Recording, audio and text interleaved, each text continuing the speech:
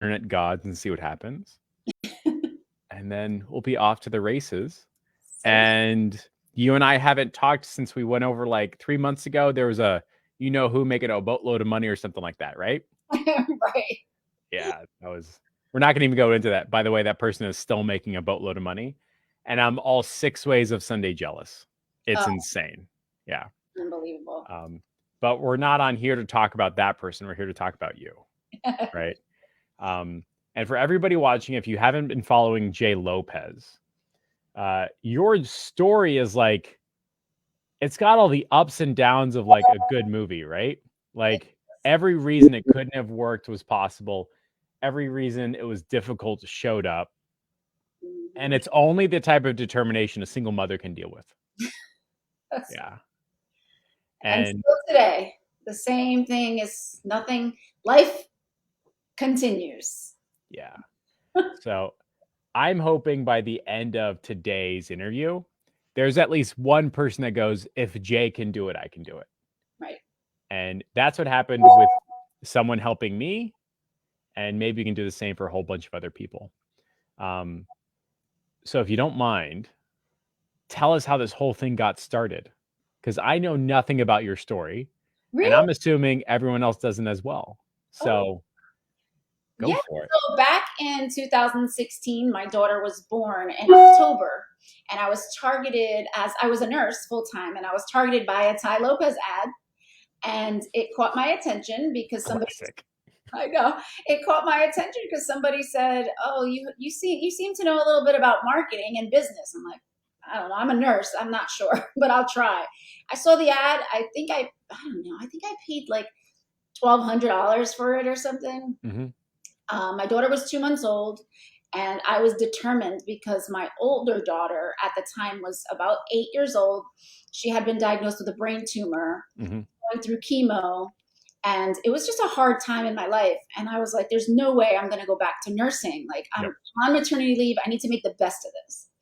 So I took his course, and I remember February of 2017, I started my company. J. Lopez Enterprises was born, Nice. and I just started to do social media. I did my first client for $150 a month, Yeah. and she was my friend. She was a physical trainer, and soon after that, I just started banging Facebook ads, learning, taking courses, figuring it all out. And within 6 months, I got an invite by Ty Lopez to his house. I was supposedly like the top marketer because I had made like I'm hit 8,000 a month at that point, Yeah. which was big because that was six figures. Yeah. So he called it six figures in 6 months or something like that. And 30 Yeah. under, I don't know. It was crazy. But we went to his house, and his lawyer had to look at my bank account before going there to Mm-hmm. see the transactions to make sure that I did make that money. And from there, I just started with car dealerships. I started knocking on like I would walk in car dealerships' doors. You literally, when you say door knocking, you mean door knocking. Yes. I was on a highway in New Jersey on Route 46 in my car, pulled over, would walk in, introduce myself. Probably about like 20 a day Wow.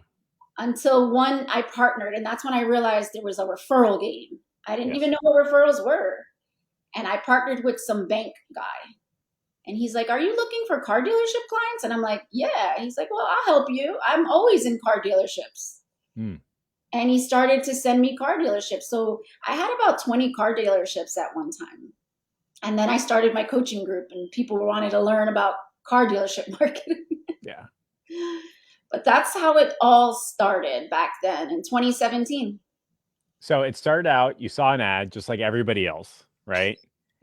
You threw the money down, and you threw the money down because it sounds like you were betting on a better life. Yeah. Like you knew what was going on right now ain't going to work out for the long term because you're a nurse on maternity. You've got a newborn, right? Or about to give birth, right? You've got an 8-year-old, and you're like, this is what I'm doing now as a nurse, working 60 hours a week on a good week, Oh my. right? Yep. And overnight. Yeah, that ain't working out for the long term, right? Definitely not. No. You start doing social media for your friends and fam. Yep. What were those conversations like? Was it like, hey, you want more customers? Or was it, hey, you need good looking ads or you need presence? Like, what was that $0 to $8,000 a month conversation like? Yeah, so I literally I remember from the day I started my Instagram. My first post was a picture of Ty Lopez. So I made sure to listen to him in his program and start my social media Yeah. and let everybody know what I was doing. Although I got a lot of pushback because I was a nurse. People were like, "What are you doing?" My own mother was like, "Why would you leave nursing to post pictures for people?" Yeah. Yeah. And her in her little accent, if you asked her what does Jasmine's business do, she used to tell people I worked for Facebook. So I just Thanks for the support, mom. so I just started telling people like, hey, listen, I learned about social media marketing. If you have your business, I can help you, you know? And they would be like, all right, well, what could you do? And we do 5 posts a week. That was my first package, was like 5 posts a week for $150 a month. And then the second client was like, if I charge this one 150, let's see what this one says about 325. Yeah. And then I just went from there. And even still now, we still have about 20 something clients that we do social media for. We have some for the past 3 years. I don't market it, I don't tell people, but we charge $625 a month to post. So it wasn't like a ads or ROI or dream customers type of thing. It was like, you need presence and we'll do it for you Yep. in exchange for money. So it wasn't like a big push or anything like that. You weren't trying to have them sit through a VSL. It was, nah, man, this is what I do. This is the price point. Oh my God, you're undercharging. That means I'm going to pay great. The next time is going to be a little bit higher, a little bit higher, a little bit higher. And that was it, right? That was it. That was it. And even still now, like my sister's starting her own social media company. I told her, I said, start for $200 a month. And she just got her 2 first clients. Isn't that like an easy yes? Like that momentum is insanely cool. Yeah. So you build your confidence at the same time. You get better at what you do. And then you can start charging a little bit more because you're better at speaking about it and selling. Correct. Do you find that's a big challenge for most people when they're starting a business? They have difficulty speaking and communicating about it, like how to talk good so people pay you money. Is that like a consistent challenge? Are you noticing? Yes, it was. I Yeah. was, again, going from nursing to selling marketing services was very difficult. It definitely, what changed my life really was Andrew's program Yep. that we were in, learning with Brad about sales. And sales are sales no matter what you're selling. Yep. Right. So learning how to identify somebody's wants and needs and goals and bridging that and all the, those tactics about selling was so important for me. And I still use them. Did you find that like after you put down the money and you bet on yourself in the future and the change in your life and that 0 to 6 month and 6 figures type of thing, was there ever a moment where your brain went, oh my God, I'm doing it, it's happening? Or was it this like slow realization, or like what was going on in your brain during those like first 6 months or so? It was slow, and I wanted it to be slow because I didn't want to feel overwhelmed with so much going on in my life. But I just it helped me build my confidence, one client after the next one after the next one. And I still, to this day, I'm very slow with the way I do things because I want to learn. And somebody told me one day, your company will tell you when it's going to grow, and it squeezes you. And I would wait for the squeeze and go to the next thing. What do I need next? Wait for the squeeze. What is next? And the company does tell you what you need next. What, when you start getting overwhelmed, when your staff, so I really took it slow. And then all of a sudden, when Ty Lopez invited me to his house, that's when it hit me. Yeah. I was like, I really own a company. Like, this is something real, And then people started messaging me, oh, I saw you in his YouTube ads all over the place. I'm like, oh. Oh, now everyone's supporting now that I've made it. Where were you when I was starting at nothing? Thank you very much. Yeah. Exactly. And I feel like I made more money when I made 10,000 a month than I do now. It's so interesting because I think that's like a conversation about the bar being raised or something like that. Like when you're at 0, you're like, if I hit 10 grand a month, I'll be happy. Then you hit 10 grand, you're like, maybe it's 30. And then you're like, maybe it's 70. I'll be happy when I make $1 million a day. And you're like, what am I supposed to do here? Right? I know. I'm trying to stay in a grateful, humble mode so that I don't want to outgrow. Like, I'm really excited and I'm living a great life. But I also want to remember where I was and who I was and help as many people as I can. I want to help. That's really what this is about for me. What was like the biggest change or transformation from day one to that end of that 6-month sprint, I guess you could call it? Like in the beginning, where you're like very unsure, I don't know, like you're very cautious, non-confident. All of a sudden, you're like, "This is what we do. Pay me money or not." Like what's the biggest change with like Jay Lopez version 1 and Jay Lopez 6 months down the line, and all of a sudden, like you got a company making sales? Like, what's that biggest change for you? What does that transformation look like? So it was really number one was my confidence. My confidence started to I started to build on it because I knew I can close clients and people were starting to listen to me Yeah. and trust me. So that was a big change for me in those first 6 months. But also understanding that I needed to reach out to people that knew more to me. Yep. So I would little things, even just looking on Fiverr for somebody that knew how to build my website or my landing page. That was the biggest transition for me was if you don't know how to do something, just find somebody that does, even at Yeah. the $10 mark. I couldn't afford much back then. So Mhm. if I can get a $10 landing page, I would because I needed it. And at the end of the day, after I spoke to all my clients, even today, I'm like, oh, have you visited my website? They're like, oh, you have a website? Yeah. Nobody even looks at that. I've got Google Analytics on my website. I got 2 visitors a day. That's it. Okay. Nothing else. And I don't think a single dentist that I had ever actually went to my Cool Beans Digital website. Like I showed it to them when they asked on Zoom. I was like, here's the website. Like, oh, okay. And that was it. Yeah. They never actually cared. Yeah. If you look at my website, you'd be like, that's her company. My website's terrible. It's funny hearing that because we're often told by ourselves, like, we need great business cards. We need to look the part. We need the branding. We need the website. Kind of like we need to put on the suit to at least get the job type of thing. Yep. And I think in the modern day and age, it's so far from the truth. Like the reason why people pay you money is almost the antithesis of like, oh, this guy looks so good. It's almost like suspicious if somebody looks good nowadays. You're like, what were you too busy looking good instead of like taking care of your customers? Correct. Has that been like your experience at all or not really? Because the reason why I ask is you've gone across like car dealerships and real estate, and those tend to be very suit Yes. like industries, right? Yes. So like manly, a lot of men. Yes. Yeah. So they do flirt. They do on my calls. And that's okay. But when I'm their leader, and that's part of the sales thing for me was, especially in car dealerships. I said, if I can win in car dealerships, I'll be fine with real estate agents. Yeah. But when they realize that I'm pretty smart, I lead them to what I have, and I show them that I'm smarter than they are. Got it. So that's really what I've fine-tuned is how do I get to know more about your industry than you even know? Interesting. And did that happen as you started getting car dealership clients, or did you start studying car dealerships and then got clients? So when I remember I used to sell using a pitch deck, like a little slideshow. I think Tai Lopez taught that in his course, that you would make a slideshow, you'd share your screen, or you share it at the car dealership and you go through it so you don't forget to hit every point in your sales. Yeah. And I remember in that slide deck, my third slide was statistics about how people buy cars online. And so I memorized those statistics. So when I would go through it, I didn't look at the computer and I'd just be like, did you know that 80% of people that start to look for cars start their journey online? Here it proves it, and then I'd ask questions I knew they had no answer to. So like, how many website visits did you have this month? They were like, I don't know, how many leads did you get? How many did you convert? And they wouldn't have answers. So I knew the more questions I asked that they couldn't answer, I was smarter. Very interesting. Very interesting. Yeah. And with those batch of car dealership clients, were you still selling social media? We'll take care of it. We'll post stuff, or now we're transitioning to advertising, dollar driven. What'd that look like? Right. So we did social media marketing and lead generation for them. We quickly realized that car dealerships have a BDC problem. That's what we call them.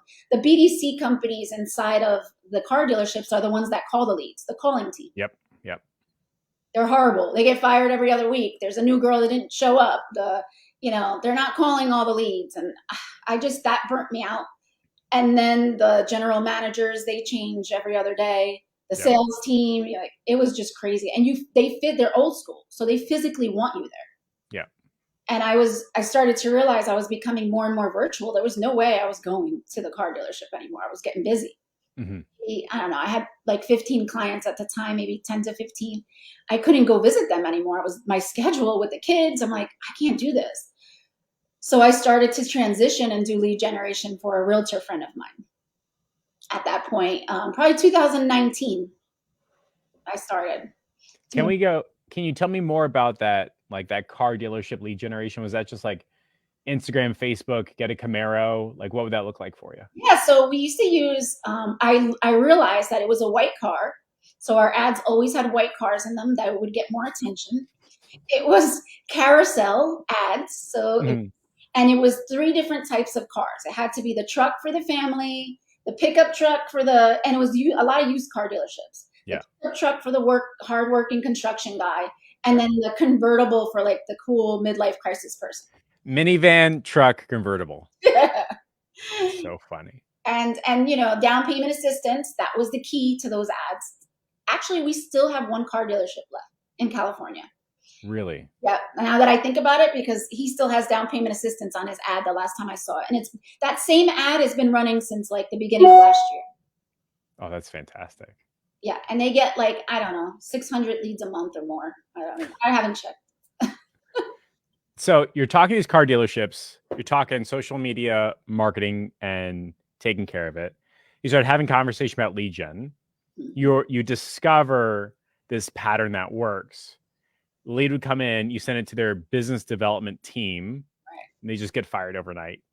And you're like, this ain't going to work. It's like the standard front desk problem. Yes. Right? Mm-hmm.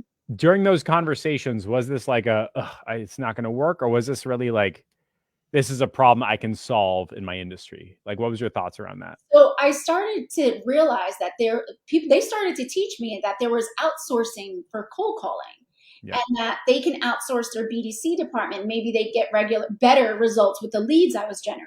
Mm-hmm. So I started to interview these call centers, and then it hit me and I'm like, oh, interesting. Where are you guys? And that's when I really realized that they were outside of the country. Mm-hmm. They would really specialize on car dealerships. That was all they did, was call leads for car dealerships. And lo and behold, I'm like, maybe I can do that. But then when I started to think about, do I really feel passionate about working with car dealerships? The answer was no. I wasn't happy. And the old school style of running was just not my thing. And then, they get shiny object syndrome constantly because people walk in with a new product, Car Guru, this website, that website. And so you got them for 2 or 3 months and they're firing you because the next guy just walked through the door with some new lead gen product. Which is their culture in the first place, because half their staff turns over every 6 months anyway. Correct. So I'm like, I'm exhausted. I keep getting fired. I can't do this. And I can't keep walking into car dealerships. I hadn't had my Facebook ads down. Yeah. I didn't know what I was doing with that. I'm just like walking into places. And so in 2019, I'm like, you know what? Let me start. If I can sell cars, I can sell houses. Let's start running some ads.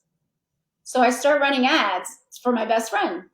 Mm-hmm. And I generated about 75 leads and I sent her the leads. And I said, so what do you think? She was like, don't do this, Jasmine. These are terrible. Yeah. I'm like, how could this be? Facebook would go to jail. This is fraud. Like, yeah. And so I thought about it. I'm like, she wouldn't lie to me. So I took my other friend and I generated leads for her. And she's like, horrible. Don't do it. These leads are terrible. I'm like, this can't be. I said, I'm taking a whole Sunday, and I sat on my couch. Mm-hmm. And I started calling. I booked 4 appointments for my one friend and 3 for the other. So then I called back and I said, tell me the honest truth. Did you call these leads? And the one was like, I called like the first 10. They were all wrong numbers, so I didn't try again. Yeah. And the other one's like, I called like 5. They all voicemails. I wasn't calling the rest. And it hit me. How many calls deep until you got the first pickup? 15. So interesting. So now I already know. I know my numbers. So when I get real estate agents that think they're marketers on my calls and, I've done Facebook ads, I've done Facebook leads. Let's hear your numbers. They always say to me, I go 1 in 15, 1 in 20 turns into an appointment. But if you only call 1 day a week, you're done. You hate Facebook ads. This is a consistent process that we do Monday through Friday. And we will generate you 2 to 4 appointments a week. So that's where all of a sudden you said the problem isn't the lead generation. Mhm. The problem is that next step. Just like with the car dealership, the problems with the next step. Real estate, it's a next step.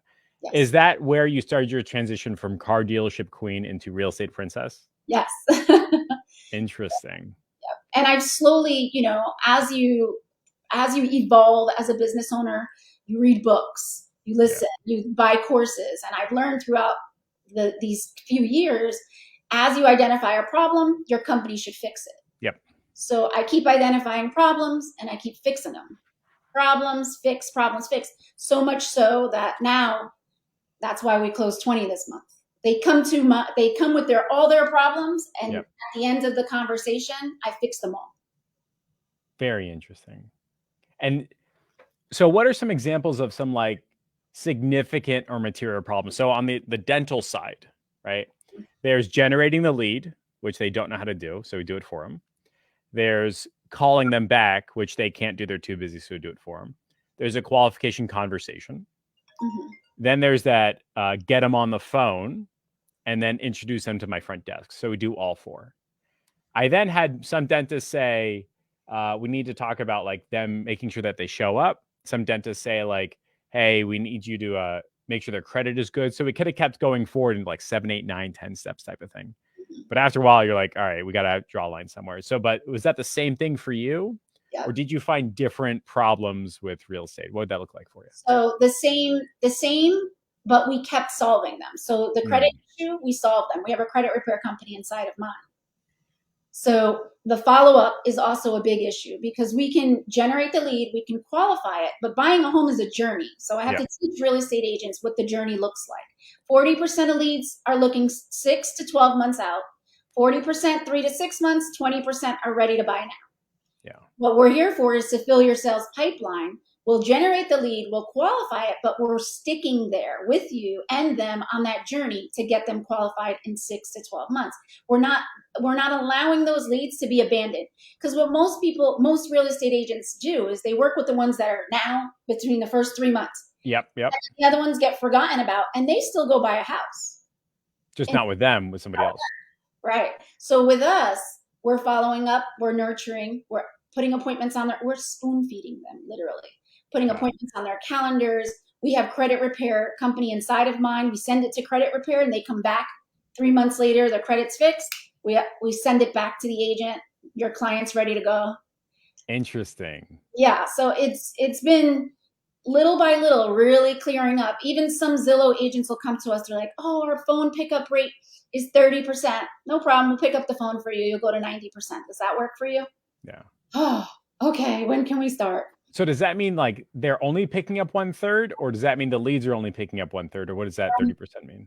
They're only picking up 1/3 of the calls. So the Zillow agent's only picking up 1/3 of the calls? Yep. Wow. So because they're too busy, or they missed a phone call, or who knows what. Yep.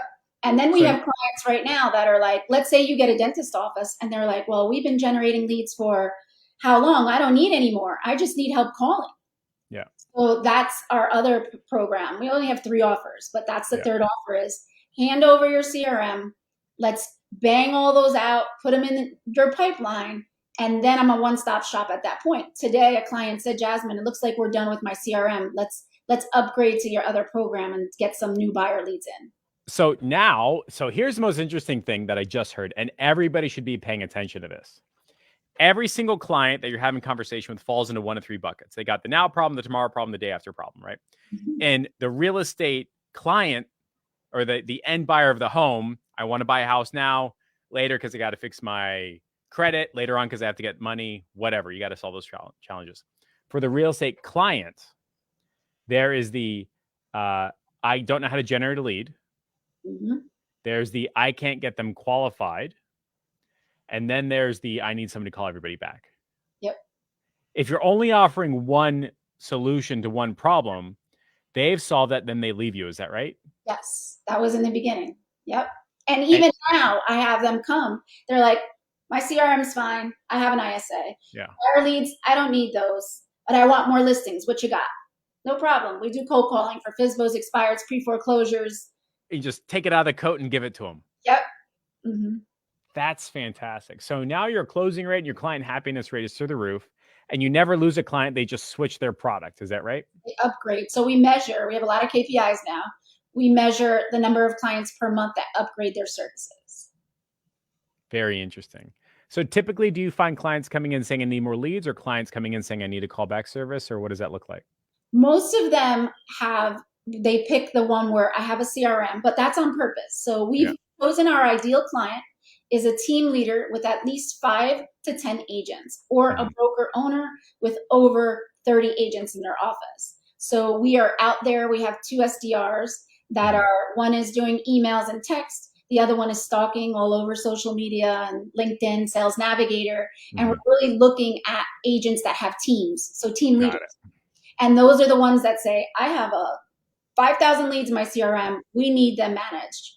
And that's a quick sale right there. Because and we rotate, we round robin. The other problem we solved is, oh yeah, we generate leads, but our agents don't call them. So we're spending a lot of money. No problem. We have an accountability program. At the end of every week, you'll get a list of agents that didn't call back their leads in the past 24 hours. Yeah. And they're like, really? Yeah. So now we help team leaders fire their agents off their lead generation programs. Yeah. Every single time there's a problem, you provided a solution. Yeah. So now the next question is, how do you do all that without all the gray hairs in the universe? Like, how do you balance all that amidst, by the way, single mom, kids, business? Now you got like 7 products, 30 remote assistants. Like, how do you do that? I think that's where my nurse management umbrella hat came in, was really understanding, number one is hiring the right people. Aish was just actually promoted today to vice president of operations. She was given a big raise. She was my first hire, and she now oversees all operations. So we have virtual assistants that work with us. We have 2 HR team members. We have customer service management. We have quality control, plus all the cold callers, and it's all managed inside of Slack. So each client has their own Slack channel with 7 members from our team inside of there overseeing everything. And everything is a very lean process. So Monday, my team meets every Monday, the whole company except for me. They go over what their clients look like last week, what their goals are for this week. Then they attend a monthly mandatory meeting. They get performance evaluations every 3 months. They get raises every 6 months based on performance. We have PTO policies, sick policies, benefit plan. Yo, you got a company. The medical benefits will be announced this year for the VAs in the Philippines. The ones in other countries, unfortunately, we don't have enough in those countries to provide medical benefits. But that is amazing to hear, A, and more importantly, B, shows how much the term company has changed over time. Because 80s, 90s, early 2000s, maybe even like the late 2010s, it's like, no, you got to be in the office. Everything needs to be organized, always a meeting. Now you have access to a labor pool across the world. And honestly, some of these virtual assistants are better than us. Is that right? Anya, I just hired her. She's industrial engineer, master's degree prepared. She's a cold caller. Wow. We have nurses, we have doctors, we have English as second language teachers. And the other thing is, the reason why we're doing well is because every one of our cold callers speaks perfect English. Their English has to be like mine or better. Yeah. Do not allow a slight accent. It's not allowed. Interesting. So when an agent comes and I clear out the elephant in the room about the accent, they go, what? I go, would you like to hear it? Yeah. And I play a couple of calls and they're like, wow. We don't even let them meet their ISAs. So the agent who's coming in and saying, I need more leads, we can generate leads. Yeah. The problem now becomes, need to call them back. The devil on the shoulder is like, but who's calling these people back? I'm going to push play right now. You can listen in. Yeah. Very cool. Yeah. So now the stickiness of an agent to J. Lopez Enterprises is through the dang roof. Right. That's how it's supposed to be. So it's just, now onboarding. So now we're hiring this week an onboarding specialist because we're launching so many clients.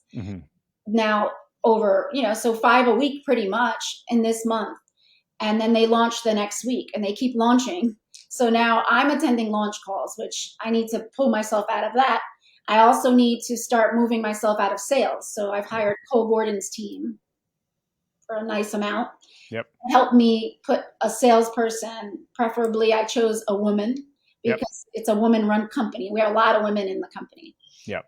To do sales calls for me so I can free up my time and work more on the operational side. Because Tom Ferry, who's a very, very big real estate guy, he has his team leaders who want to meet with me. Mm-hmm. I can take on the business, but I'm maybe. Oh, we lost her. Oh no. Her internet's gone forever, guys. There's nothing we can do.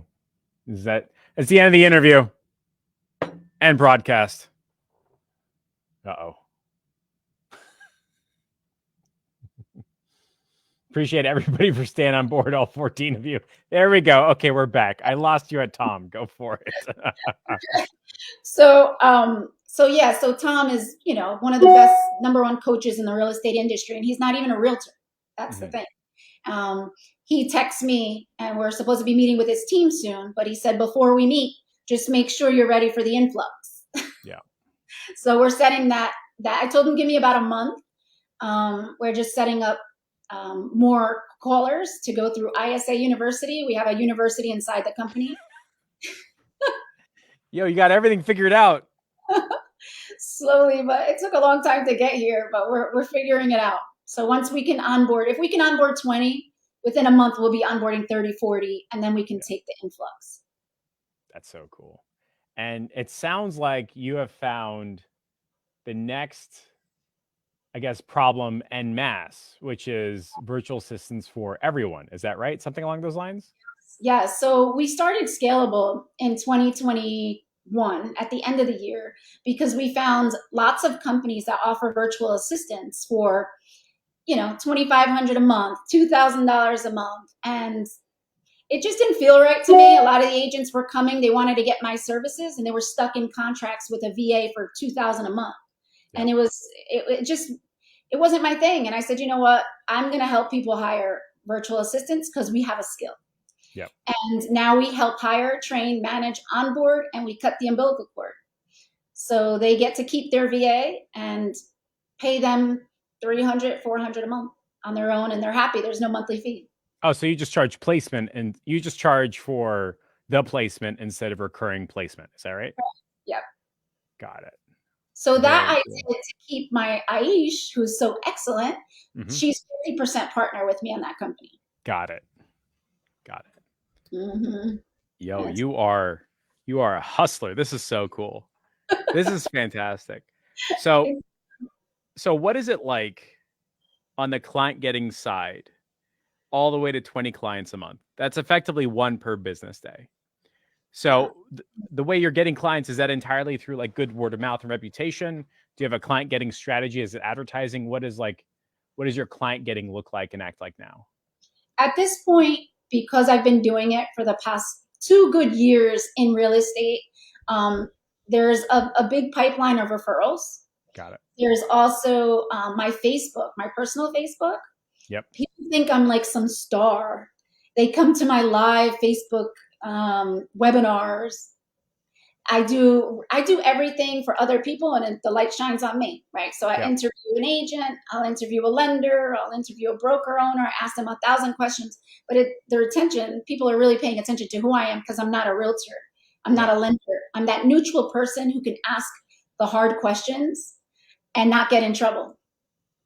So I start trouble, and the agents all go at each other, but they learn something controversial. Yeah, say something controversial, and they learn about me. So doing that for so long, my personal branding. Last year my goal was my Facebook group, which I only have like 400 people in there, and a lot of my business comes from there. Yep. And then this year is more in-person events and speaking. Yep. So I started with, I just want one a quarter, and that's good enough. So I did one the first quarter, crazy. Yep. Amount of emails and meetings that I got from that, and appointments.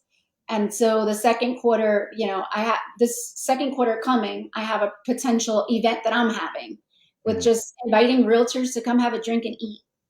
Yeah. And I'll speak a little bit about our services, but it's really about them, and teaching each other. Sponsorship opportunities is next, sponsoring, events and stuff like that. The Real Deal or something along those lines. Yeah. Just slowly though. Like I said, if Tom Ferry starts sending, it's going to get a little, like, I'm already being tagged in Facebook groups for Ryan Serhant, Tom Ferry. Like, you need a caller? Tag Jay Lopez, You need leads? Tag Jay Lopez. I'm an exclusive vendor inside of a group of 50,000 agents. I remember we talked about that. Yeah. I don't even post in there because I'm scared. Yeah. I'm like, I'm happy. I'm good. This is an absolutely crazy transformation. You're going on it's 3 years now, 4 years now since you started? No, longer than that, right? Longer. I started in 2017, but when I look at my revenue, I literally made $95,000 in 2018. Yeah. Or something. Yeah. And we've been quadrupling every year. And it's a nice, it's a nice way to grow because I've been able to enjoy life, enjoy my kids, go on vacations. Now is where I'm investing in real estate. Now is where I'm buying a condo in Miami next week. Little things like that to make me happy, to feel like, okay, I made it. I'm happy. I think so much of this game is this uncomfortable delayed gratification. Yeah. And as entrepreneurs, we only end up celebrating every half decade. I'll just put my nose to the grindstone. It'll come out eventually. And it's half a decade later, oh, I should probably party or something like that. Yeah. Yeah. Mm-hmm. I think the more money I make, the more grateful I get and the less I want to spend. Yeah. Yeah. It's very strange, the feeling that I'm having right now.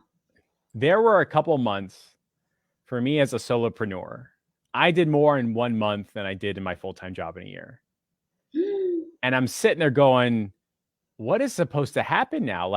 If I worked at Intel and I spent 20 years, maybe possibly if I didn't get laid off and I beat everybody from Harvard and Stanford and Wharton and did all these patents and learned computer science, maybe after 20 years, maybe 25, something like that. And now it's it's happening. And I'm just sitting there befuddled the whole time. Is this supposed to be this way? Do we really work harder than everybody else? Or is it we're just constantly trying to solve problems? Is it we just happen to be in rising tide lifts all boats? Yeah. There's this whole series of unsurety that comes with success. Mm-hmm. And I think for a lot of people watching this, we never really talk about how it's often more comfortable to sit in failure than is the uncomfortability of success. Because you tell me if I'm wrong here, Jay, almost all of this journey has been about being uncomfortable. Is that right? 100%. And I've lost friends. I've lost family. I still get a lot of hate to this day. It's almost like that imposter syndrome. Sometimes I feel bad. The other day I said in front of somebody, oh, maybe next year I'll buy a boat. I want to buy a boat, and buying a boat to somebody is whoa, I wish I had money for a boat. I get comments like that, so I realized that I have to change those around me, the closest people around me, to be more successful than me. So I don't sound crazy. Yeah. And then they go, how big is your boat? And what's stopping you from getting a bigger one? And you're like, oh man, come on. Just let me have my happiness. What are you doing? Yeah. No, 100%. So my kids are my biggest supporters because I have an older daughter who's 23 now. Mm-hmm. She's an entrepreneur. So out of that, watching me as a kid, she owns her own business. And then my 18-year-old, she's interior design. Hopefully we'll start a staging company for her with realtors because that's where it matches. And my 6-year-old, well, she'll never have to work. Isn't that crazy? What? I look at her and I'm like, oh, you're so lucky. How could you? Yeah. She'll be managing properties when she gets older. She'll be a property manager or something. Is it Ben Mallah, whose kids are just their whole thing is they just go in private jets, buy properties and manage them? Ben Mallah, something like that? The $100 million guy on YouTube. Do you know about him or no? No. So Graham Stephan, something like that, interviewed this guy. He must be 7.5 feet tall, just as wide as he is tall. And he clearly has he's a little bit crazy, right? but he grew up in like the roughest part of, I think, Jersey or New York, bought a property, painted it, rented it, et cetera, et cetera, et cetera, 1031 all the way up. Now he owns like $1 billion of real estate, right? And he has this behind the scenes show where it's just his kids saying it's time to buy another property. So they get on the private jet, they go to the place, they sign the paperwork, they come back on the private jet, and that's their life. I think he owns the biggest chunk of land or biggest house in the state of Florida over in Tampa Bay area. Wow. Yeah. So when I think of your kids, it's like that is like that's generational wealth and a stepping stone. Yep. Right. That's very cool. Little things like that you learn along the way, setting them up with life insurance policies, like those little things that I would have never known if I would have stayed stuck in my nursing career, that I can do to just have that generational wealth for them. For me, I'm just trying to enjoy. I'm in my 40s now, so I'm just trying to enjoy every day. Take my little trips to Miami, and I'm happy. Do you find that like a lot of people underestimate I guess what I'm trying to say is like, it's not hard, it's uncomfortable, this whole journey, right? Like the steps are simple. Talk to a client, sell them things, fulfill the order, go hire a person when it hurts, etc. Like if we wrote it down, the success formula is what, like 10, 15, 20 lines, right? Yeah. So it's not simple. This damn thing is uncomfortable. Is that right? Because every step of the way, you're second guessing yourself. You don't know if you made the right call. You don't know if you're going to make them happy or not. Maybe Slack will just delete me and I didn't know about it. Maybe everything will get deleted. Do you find that's the same, or is it just me? No, you're right. You're right. It's just uncomfortable. That's all it is. And it's learning to get through those uncomfortable periods. And every time you break through that uncomfortable time period, you hit the next level. And then the one thing I realized is that I'm not very social, so I don't reach out to coaches as much. I kind of stick in my own little world. So what I do is I read books based on the pain that I'm feeling. So I listen to myself and I go, what's going on with the company and what are you worried about? Finances. That was last year. I was worried of how to handle all this money. Do I know what I'm doing? Am I paying myself correctly? Who teaches this? I went out looking. Nobody teaches you how to handle finances. Yeah. So I bought a book, Profit First. Yep. I read Profit First. I set up some bank accounts. I'm no longer worried about paying my taxes. Got it. Not going to jail. I'm doing it right. My kids are on payroll. Like I have a good accountant now. I'm set up. This year was, I'm hitting a wall. How do I get past this wall to get to the next level? Mm-hmm. I read a book called Impossible to Inevitable. That book helped me understand that you will reach your sphere of influence to a degree and then feel stuck. Yep. And that's because the other people don't know about you. So what do you need to do about that? And then now I'm like, I have everybody that I need in the company. Is there somebody else that I'm missing that can help me with operations? And I read this one. Who, not how. It sits on my desk because I don't have a lot of time. So I read through, and that's how I ended up. I said, you know what? Stop being cheap. Go pay Cole Gordon and his team. Yep. Get them in here. Let them see, peek, look, see what I'm doing right, see what I'm doing wrong. Who's to say I'm doing it right? I don't know. Yep. I just made this up. But when the agent... It's so true. We just made this up. So some realtors come to me and they're like, I just interviewed 5 marketing agencies and I hung up on 3 and you over here just blew me away. How did you come up with this? I'm like, I don't know. I just fucking wrote it down on a napkin one day and then that's crazy. Like what a sentence. Yeah, I literally just made this up as I went along. Like, who is Aish in her title? I'm like, I don't know, operations manager, or I don't know what you just do a job. I still do that. I don't know. I'm like, Aish, who do we hire next? We crack up. She's like, I don't know. I'll make a checklist of everything that keeps me busy and we'll give it a title and then we'll hire somebody to do it. So now I'm like, well, maybe I do have a company because Cole Gordon's team is in there. Like, wow, you're really good at this. I'm like, oh, thanks. Thank you. Made it up as I was doing it. We're really good at this. Yeah. That's absolutely fantastic. A construction company just came to me yesterday. They're like, I want to hire you to teach me everything you did to build your company. And they make $4 million a year. Yeah. I'm like, wait a minute. So I guess we're doing something right. This is nothing you imagined 5 years ago. Is that right?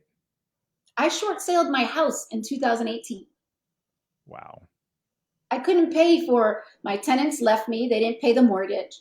I couldn't afford my rent where I was living and the mortgage on my property. So that was the first lesson. Don't ever buy a single family home as an investment. Because Yeah. if I would have been multifamily, maybe the other rent would have paid for it. Yeah. So I spoke to a friend and he was like, short sale it. And then in 2022, I buy my dream home. Wow. Like, What the fuck? That's nuts. yeah. So my kids, and with all this, my daughter's still having seizures. We still end up in the emergency room. We just went to Puerto Rico 3 weeks ago. On social, if you look, I'm on the beach with my kids. Nobody realizes we spent 2 days in the hospital in Puerto Rico with choking and anxiety, flying my older daughter in with emergency medication. And that's what money does. Yeah. It doesn't buy you happiness. It buys you resources and memories. Yeah. If I didn't have the money, I wouldn't have been able to fly my daughter in that night to save my other daughter. Yeah. I had to pay money just buys you solutions to problems that you have. Yes. Very interesting. That's why I never take it for granted. We could lose it all tomorrow. Yeah. So I share and give and do as much as I can with charity and sitting on the boards of, nonprofits and, supporting other women in business and talking and inspiring, because I feel like I owe that to people. Yeah. Do you think that like your youngest daughter's looking at this and saying, like, will she ever have context, or she's just going to grow up without knowing the pain that you grew up with? Is that correct? Correct. She already told me the other day. She goes, "Oh, mommy, we only fly first class. I love it." Then she knows. So she said, "I feel like the royalty." She goes, "Because we have somebody who comes into the house to, we have drivers now. I spoil myself with certain things that I wanted. Somebody comes to take care of me 3 days a week as a mommy helper, but they really help mommy. They don't help kids. Yeah. So they make my green juice. They do my laundry. They clean up the house." That was something I learned from Andrew. Yeah. He said to give up those mundane tasks to make more money. And it's still true today. Man, I grew up with my parents saying, like, clean your house, clean your room, do your laundry. And it's so far from the damn truth. Like, dude, don't do that. Go talk to your clients. Go build a better way of working. Go build a business. Spend the 4 hours on a Sunday of just with the scrubbing in the toilet, right? Like, no, don't do that. Okay. Just don't. Go read the book and find a bigger problem to solve. And I think they attach the word responsibility to it. I'll tell you what, that mucked with me for a while. Because when I felt I wasn't doing my laundry, I wasn't being responsible. It took a lot of reverse engineering for me to say, if I'm not taking care of my clients, I'm being unresponsible. And it sucks. Like, I teach my kids now. You know how parents teach their kids to clean up and I don't teach them that. I tell them, no, you're not cleaning. The lady has that for us. You're reading a book, or you can sit and listen to my Zoom call today. So I have a little carpet in my office on the floor where my 18-year-old and my 6-year-old will sit and just listen to me on Zoom calls. They literally can repeat what my company does. My 6-year-old knows lead generation. She makes fun. My cold calling, my ISAs, my account manager. So that's one of the reasons why these, those kids that are like generational wealth, they'll never be poor ever. Yeah. It's because of that stuff. Like, they only learned 7-figure skills. Right. They never learned 6-figure skills, which means they don't have the weight of the 6-figure skill. They only know the opportunity of a 7-figure skill. If I just nailed a Zoom call, I could be like mommy. Right. And that's pretty cool to hear out loud, I think. That's very fucking cool. And my 18-year-old, she's a little slower because of her situation, but she's already telling me, do you think I can book interior design people on Zoom calls like you do? Can I start on Groupon? I go, sell on Groupon for $50 a bathroom. Design somebody's bathroom for $50. Just get started. Just start. Yeah. So I think to just get started, that uh, momentum, that first kick, the oh my god, it could work type of thing. People spend so much time trying to make that fucking thing perfect. yeah, no, no. It's like it's. I use the gym so often. These analogies, like I got to look good, I got to feel good, I got to prepare for the day, and then I'm only going to go to the gym. I'm looking like, no man, just go to the gym. You're going to go sloppy. It's going to be gross, but at least you got the first one in, right? And it's the same exact thing you just mentioned with the Groupon, which is like, just get the first one out of the way. Just go ahead and have a $50 deal and just get a testimonial. And all of a sudden, it's a notch in your belt, it's a trophy on your wall, and you can build to the next one. Yep. And the big thing I do is I have no contracts. I have no setup fees. My VAs speak perfect English, and you can speak to any one of my clients. Mm-hmm. Just pick. So I don't have a pitch anymore. I share my screen. I show Slack. I show all my clients. I go, where are you located? California? Oh, do you know Christian, blah, blah, blah? He's with Douglas Elliman. Yeah. You call him.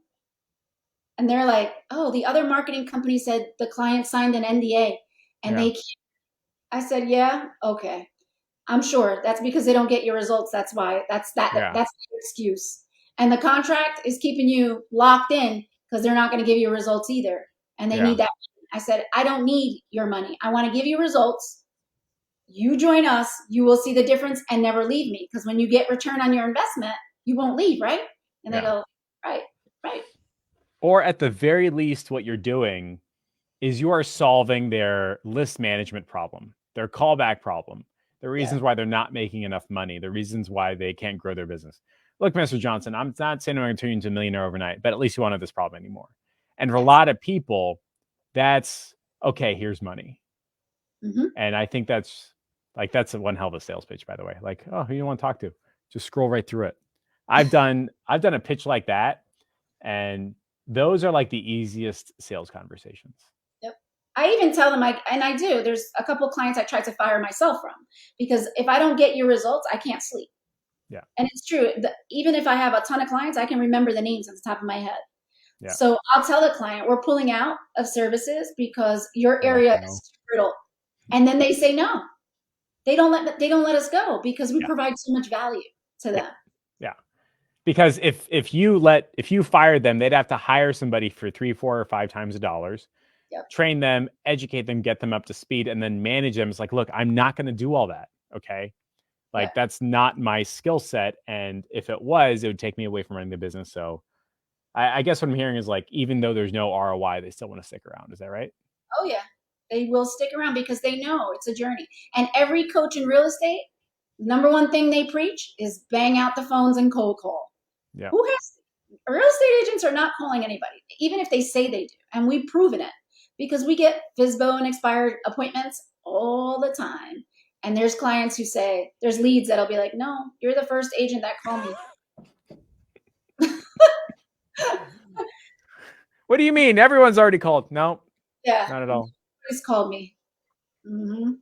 So it sounds like there's a huge need in the marketplace, not for this like front end hard ROI Dan Kennedy style thing, but instead for the like, look, man, just tell me your problem. I'll build out a solution and charge you fairly for it. Is that an accurate sentence? We have our prices are so fairly priced that they come to our calls and they're like, did you say that right? Yeah. And we're like, yep. And no contract helps them, lowers that barrier of entry right away. So it's funny. I say there's no contract. There's just a 3-month agreement. Yeah. And they're like, oh, okay. Not like a 12-month or 24. No. It's a 3-month. Yeah. And they know the life cycle of a lead is 90 to 180 days. And once they're in with us, they feel secure that somebody's making the calls because they're not. Yeah. And so from the client's point of view, you tell me if I'm wrong here. Yeah, they get Slack, but they're probably not in it all day long. There's just like someone to talk to. But if I understand correctly, the client's list is getting calls, texts, follow-ups. Yep. And your caller will schedule a conversation on the agent's calendar. Is that right? Correct. Yep. And sometimes we'll push for live transfers or an in-person appointment. Yeah. This month, we had a $1 million listing, a $2.3 million listing. One agent listed 2 in 1 week. We have like one agent is working with 5 buyers this month, like just this month.